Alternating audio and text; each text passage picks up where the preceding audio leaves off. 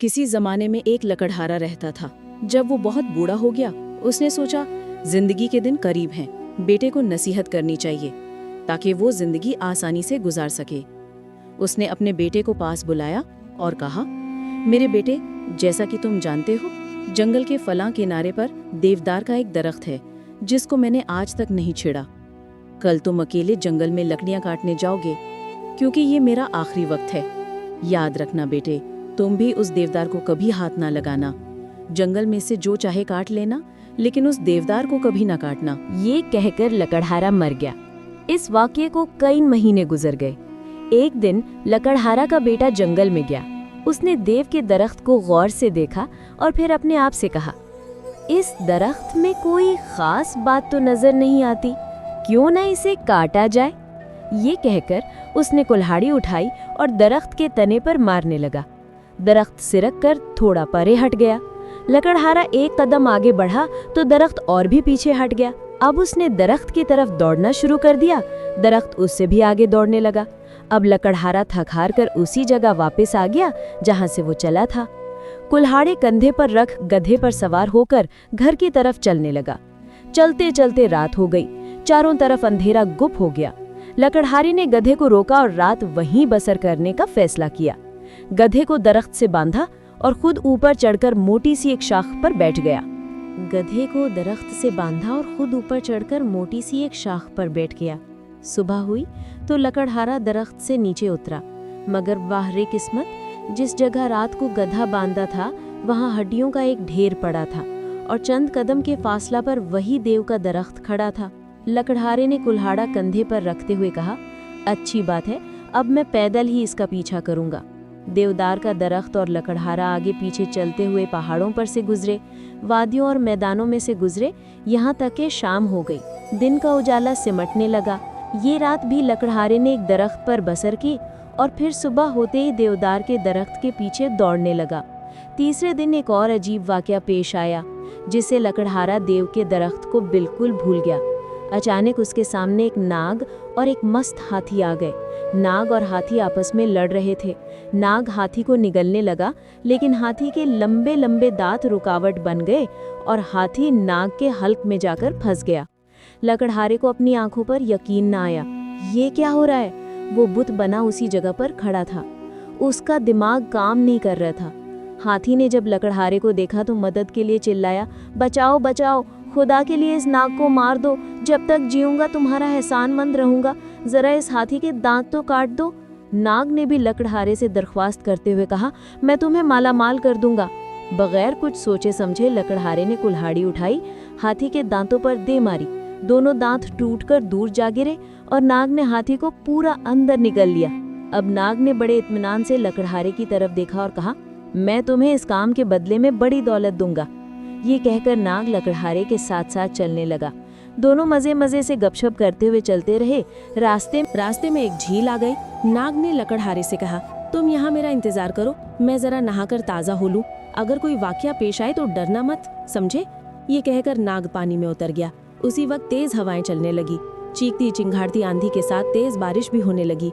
बिजली इस जोर से कड़कती थी, लगता था कि आसमान फट जाएगा। काले काले बादल एक दूसरे से टकराकर नाग ने लकड़हारे से कहा, अच्छा बेटा, कुछ खाते नहीं तो कुछ तोहफा ही ले जाओ। नाग की माँ ने लकड़हारे से कहा। लकड़हारे ने झिझकते हुए कहा, आपके पास एक चीज है, मुझे वो मिल जाए तो मेरा सफर आसानी से गुजरेगा। माँ ने कहा, तुम नाम तो लो, मैं फौरन दे दूंगी। लकड़हारे ने जल्दी से कहा, वो जो सामने देवदार के दरख्त पर आईना लटक रहा है वो मुझे दे दीजिए। माँ ने कहा, बड़ी मामूली सी चीज मांगते हो, बड़ी अजीब ख्वाहिश है तुम्हारी। लकड़हारे ने जवाब दिया, बस खैर, ये मामूली सा शीशा ही मेरे सफर में काम आए। अच्छा। माँ ने इतना ही कहा और आईना उतार कर लकड़हारे को दे दिया। नाग और नाग की माँ से इजाजत लेकर लकड़हारा फिर से सफर पर रवाना हो गया। चलते चलते उसे ख्याल आया कि नाग ने अपनी माँ से मुझे आईना क्यों दिलवाया, कुछ तो इसका मकसद जरूर होगा ना। ये सोचकर उसने जेब से आईना निकाला। उसकी पुष्ट को उसने गौर से देखा, फिर उलटकर उसे सीधा किया और इसमें झांककर अपनी शक्ल देखने लगा। मगर आईने में उसे अपनी शक्ल की बजाय एक देव नजर आया। उस देव ने बड़े आदब से झुककर कहा, क्या हुक्म है मेरे शहजादे। इस अजीब वाकये ने लकड़हारे के होश उड़ा दिए। वो 1 मिनट तक बुत बना खड़ा रहा, मारे हैरत कि उसके मुंह से कोई बात ना निकली थी। थोड़ी देर बाद वो समझा कि देव उसे हुक्म देने के लिए कह रहा है। उस वक्त लकड़हारे को बहुत जोर से भूख लगी थी। मुझे भूख लगी है, मुझे कुछ खाने को चाहिए। मुंह से अल्फाज के निकलने की देर थी कि लकड़हारे के सामने एक दस्तरखान बिछ गया जिस पर किस्म किस्म के खाने चुने हुए थे। देव गायब हो गया। खाना इतना लजीज था कि बेचारा लकड़हारा उसका तसव्वुर भी नहीं कर सकता था। तो आईने का ये मतलब है? लकड़हारे ने दिल ही दिल में कहा। यकीनन ये जादू का आईना है। उसने जेब से आईना निकाला और फिर उसमें झांका। देव फिर हाजिर हो गया और बोला, क्या हुक्म है शहजादे? अब बेचारा लकड़हारे को कुछ सूझ नहीं रहा था कि क्या मांगे। अचानक उसको ख्याल आया कि इसकी आमो भगत शहजादे की तरह हो रही है। शहजादे के लिए महल भी तो होना चाहिए। उसने कड़क कर कहा, मेरा महल कहाँ है? पलक झपकते ही वो एक आलीशान महल के सदर दरवाजे पर खड़ा था। वो बादशाहों की तरह चलता हुआ और महल की सजावट को देखता हुआ अंदर दाखिल हुआ। बड़े बड़े कमरों में कीमती कालीन बिछे हुए थे। दरवाजों पर भारी पर्दे लटक रहे थे। लकड़हारा आईने की करामात देख देख कर हैरान हो रहा था। उसने दिल ही दिल में कहा, इस आलीशान महल में मेरे साथ मेरी बीवी का होना भी तो जरूरी है, और ये बीवी बादशाह की बेटी हो तो वाह, आईने से बादशाह की शहजादी माननी चाहिए। ये ख्याल आते ही लकड़हारे ने आईने में झांका। देव ने हाजिर होकर पूछा, क्या हुक्म है मेरे आका? लकड़हारे ने उसे हुक्म दिया, बादशाह की बेटी मेरे सामने हाजिर करो। दूसरे ही लम्हे शहजादी उसके सामने बैठी थी। लकड़हारा उसे पाकर बहुत खुश हुआ और उसने उसी दिन उससे शादी कर ली। शहजादी के इस तरह अचानक गायब हो जाने से शाही महल में कोहरा मच गया। मुलाजिमों ने महल का कोना कोना छान मारा मगर शहजादी का कहीं नामो निशान न मिला। आखिर बादशाह ने हुक्म दिया कि मुल्क भर में मनादी करा दी जाए कि जो शहजादी को तलाश करेगा उसे मुंह मांगा इनाम दिया जाएगा। शहजादी के मिलने की उम्मीद खत्म हो चुकी थी कि एक दिन एक बड़ी औरत महल में आई और कहने लगी, मैं शहजादी के बारे में बादशाह से बात करना चाहती हूँ। बुढ़िया को फौरन बादशाह के सामने पेश किया।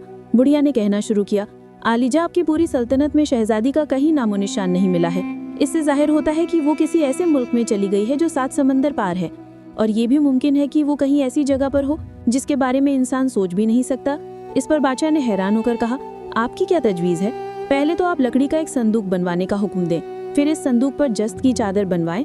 संदूक इतना बड़ा हो कि मैं इसके अंदर बैठ और लेट सकूं, और मेरे साथ 9 दिन की खुराक भी रखी जाए। जब मैं इसके अंदर बैठ जाऊं तो आप इसका ढकना मजबूती से बंद करवा के खुले समंदर में फेंक देना। बादशाह को जहां से भी जरा सी उम्मीद नजर आती तो वो खुश हो जाता। उसने फौरन संदूक बनवाने का हुक्म दिया। फिर बुढ़िया को संदूक में बिठाकर 9 दिन की खुराक उसमें रख दी। इसके बाद ढकना मजबूती से बंद करके समंदर में फेंकवा दिया। समंदर की मौजें जल्द ही संदूक को खुले पानी में ले गई। संदूक दिन रात पानी की लहरों पर डोलता और बहता रहा। आखिर एक दिन सुबह के वक्त समंदर के किनारे मछेरों ने जाल फेंका तो उनकी नजर इस संदूक पर पड़ी। ये साहिल उस मुल्क में था जहां उस लकड़हारे का महल था। मछेरे भारी रस्सों की मदद से संदूक को किनारे तक खींच लाए। संदूक को खोलकर देखने का शौक सभी को था। जल्दी जल्दी ढकना खुला और जब अंदर देखा तो उसमें एक बड़ी औरत मौजूद थी। बुढ़िया ने अपने बारे में एक दर्द भरी कहानी सुनाई। उसने कहा कि उसके 2 मक्कार बेटों ने उससे संदूक में बंद करके समंदर में फेंक दिया ताकि अपनी बड़ी माँ से छुटकारा पाएं। बुढ़िया अपनी कहानी सुनाती जाती और साथ ही साथ रोती जाती। मछेरों को बुढ़िया पर रहम आ गया। बुढ़िया ने दरखास्त की कि वो उसे बादशाह के पास ले जाएं। अगर वो नेक दिल है तो मेरी मदद जरूर करेगा। मछेरे बुढ़िया को लकड़हारे के महल में ले गए। वहां जाकर उसने बादशाह से बात करने की इजाजत चाही, मगर उसे बादशाह की बजाय मलिका के पास ले जाया गया। ये मलिका वही शहजादी थी जो सोती हुई उतरवाई गई थी। मलका वही शहजादी थी जो उसने मच्छरों को सुनाई थी। फिर उसने मलका से दरखास्त की कि उसे महल में सर ढांपने के लिए जगह अनायत कर दी जाए, वो उसकी खिदमत करेगी। मलका ने अपने शौहर से मशवरा किया और जब वो राजी हो गया तो उसने बुढ़िया को अपने पास रख लिया। बुढ़िया महल में रहने लगी। 1 महीना गुजर गया। बुढ़िया को कोई भी काम नहीं करना पड़ता था। सब नौकर कोई भी काम नहीं करते थे। सब काम अपने आप हो जाते थे। महल का सब हिस्सा साफ सुथरा और जगमग जगमग कर रहा होता। खाने का वक्त होता तो लजीज और मज़े का खाना खुद ब खुद ही आ जाता।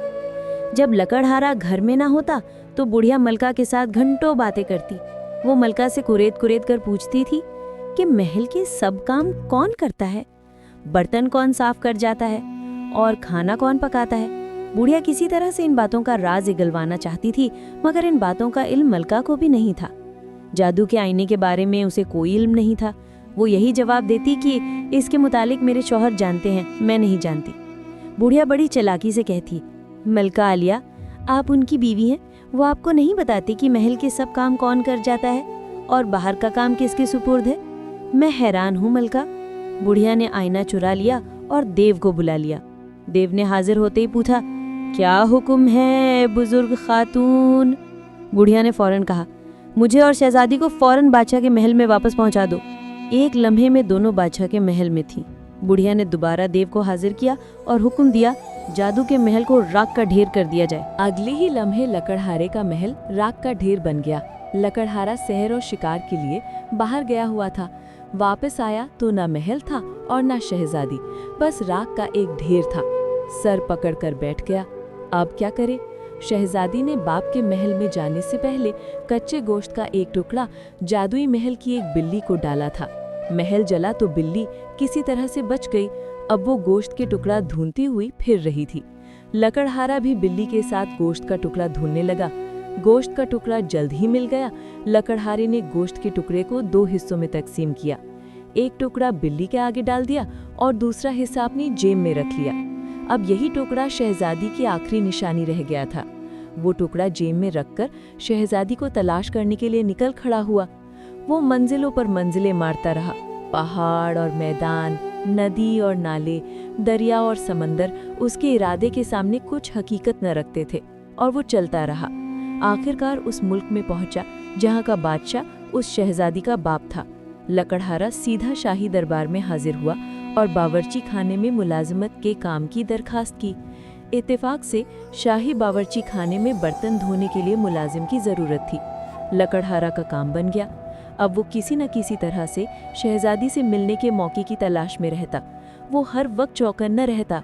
उसे ये खबर मिल ही चुकी थी कि शहजादी महल में वापस आ चुकी है। एक रोज़ शाही बावर्ची खाने का बूढ़ा बावर्ची अचानक बीमार हो गया। लकड़हारा ने उससे कहा, बड़े मियाँ, आप बस देखते रहें, मैं सब खाने तैयार करके दूंगा, मैं सजा दूंगा। बूढ़ा बावर्ची रजामंद हो गया।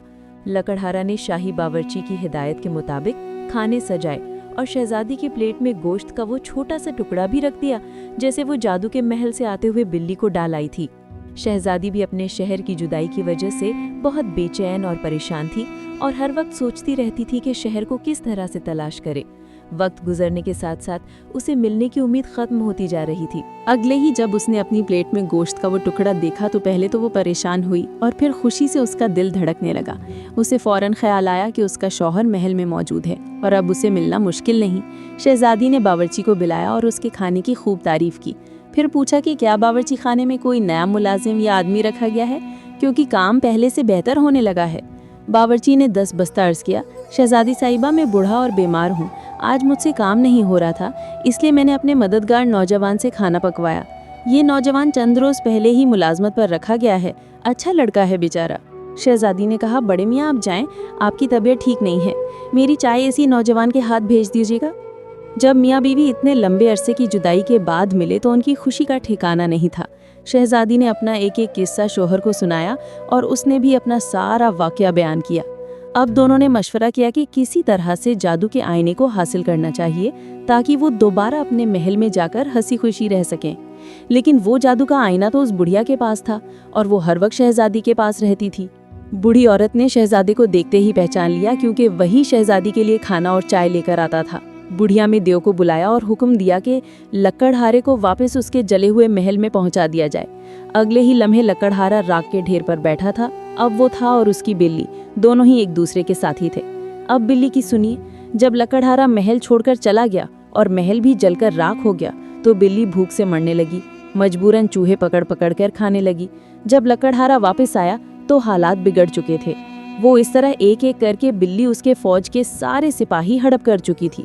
जब चूहों के बादशाह को इल्म हुआ कि इंसानों का बादशाह अपनी सल्तनत में वापस आ चुका है तो उसने सोचा कि इंसाफ के लिए इंसानों के बादशाह के पास जाना चाहिए। वो लकड़हारे के पास पहुंचा और चींची करके बोलने लगा, खुदा के लिए मदद फरमाई, अगर आपकी बिल्ली यूं ही मेरे चूहे मार मार कर खाती रही तो मैं तबाह और बर्बाद हो जाऊंगा। लकड़हारे ने बिल्ली से कहा, मैं तो चूहे को यहाँ से हटा दूंगा, मगर मेरे दुख को कौन दूर करेगा? चूहे ने कहा, फरमाइए आपको क्या दुख है, शायद मैं आपकी कुछ काम आ सकूं। इस पर लकड़हारे ने अलिफ से ये तक तमाम कहानी सुना दी। शहजादी और महल के बारे में, जादू के उस आईने के बारे में और आखिर में उस मक्कार बूढ़ी औरत के बारे में भी बताया जिसकी वजह से वो यहाँ तक पहुंचा था। अच्छा तो ये बात है, चूहों के बादशाह ने चींची करके दुम हिलाई। आप अपनी बिल्ली को रोककर चूहे की मुलाकात के बाद चूहों के बादशाह ने अपनी फौज को बुलाया और कहा कि वो चूहे आगे आएं जो बादशाह के महल में अक्सर जाते रहते हैं। जब वो आगे आए तो उसने पूछा कि कौन कौन सा चूहा बूढ़ी औरत के बारे में जानता है। तो उनमें से एक लंगड़ा चूहा आगे आया और बोला, हुजूर, मैं उसी बूढ़ी औरत के कुटने में खुराक की तलाश में जाता हूँ। जादू का आईना मैंने अक्सर उसकी हाथ में देखा है, मैं पता चलाऊंगा कि वो आईना को रखती कहाँ है। तो तुम्हें अभी वहाँ जाने का हुक्म दिया जाता है। जैसे बन पड़े उस आईने को यहाँ ले आओ। लंगड़े चूहे ने अपने बादशाह के पैर की जमीन को चूमा और कहा, आलीजा, आपका हुक्म सर आंखों पर, लेकिन मेरे हमरा को चूहों को भेज दिया जाए, वो मुश्किल वक्त में मेरी मदद करेंगे। चूहों के सरदार ने उसकी दरखास्त मंजूर कर ली। चलते चलते वो 7 समंदर पार बादशाह की सल्तनत में पहुंच गए। पहले शाही दरबार में दाखिल हुए और फिर बुढ़िया के कमरे में घुस गए। ये रात के खाना खाने का वक्त था। मक्कार बुढ़िया मज़े से खाना खा रही थी। वो आराम से बुढ़िया के सोने का इंतजार करने लगे। बुढ़िया की हर हरकत को गौर से देख रहे थे। बिस्तर पर लेटने से पहले बुढ़िया ने तकरीबन 100 बार आईने को उठा उठा कर देखा। जब नींद ने बहुत सताया तो तकिया पर सर रखते ही सो गई और खर्राटे लेने लगी। बुढ़िया के खर्राटों से चूहों को उसके सोने का यकीन हो गया तो 3 चूहे कूदकर बुढ़िया के बिस्तर में घुस गए। लंगड़े चूहे ने बुढ़िया की नाक में अपनी दुम घमाई, जिससे बुढ़िया को छींकें आने लगीं। दूसरे 2 चूहे जो अपने काम में बहुत तेज थे, जल्दी से आगे बढ़े और बुढ़िया ने जैसे ही छींकने के लिए तकिए से सर उठाया, उन्होंने जादू का आईना तकिए के नीचे से खींच लिया और चूहे जल्द ही उस आईने को लेकर अपने बादशाह के पास पहुंच गए। चूहों का बादशाह आईने को देखकर बहुत खुश हुआ और उसने वादे के मुताबिक आईने को लकड़हारे के हवाले कर दिया। लकड़हारे ने उसका शुक्रिया अदा किया और बिल्ली को बगल में दबाकर चल पड़ा। कुछ दूर जाकर उसने आईने को निकाला और देव को तलब किया। देव ने आते ही सर झुकाकर कहा, क्या हुक्म है मेरे शहजादे? लकड़हारे ने हुक्म दिया, मेरे लिए पोशाक लाओ, एक शानदार घोड़ा और एक फौज भी तैयार करो। थोड़ी देर बाद वो शाहाना पोशाक पहने और भारी फौज लिए बादशाह के महल की तरफ बढ़ रहा था। बादशाह को जब लकड़हारे की फौज और शान और शौकत के बारे में पता चला तो वो अपनी बेटी की शादी लकड़हारे के साथ करने के लिए राजी हो गया। नौजवान लकड़हारे और बादशाह की बेटी की बहुत धूमधाम से शादी हुई और एक बड़ी ज़ियाफत का इंतजाम किया गया। पूरे महल में चिरागां और हजारों मेहमानों की दावत की गई। और रही बुढ़िया, तो लकड़हारे ने जादुई आईने को तलब किया और देव को कहा कि बुढ़िया को उसके करतूतों की सजा मिलनी चाहिए। बुढ़िया उसी वक्त महल से गायब हो गई और कभी दोबारा महल में वापस न आई। ये थी आज की कहानी। अगर आपको आज की हमारी वीडियो पसंद आई हो तो कमेंट्स में ज़रूर बताइएगा और मज़ीद ऐसी स्टोरीज के लिए हमारे चैनल को सब्सक्राइब कर लें। Thanks for watching.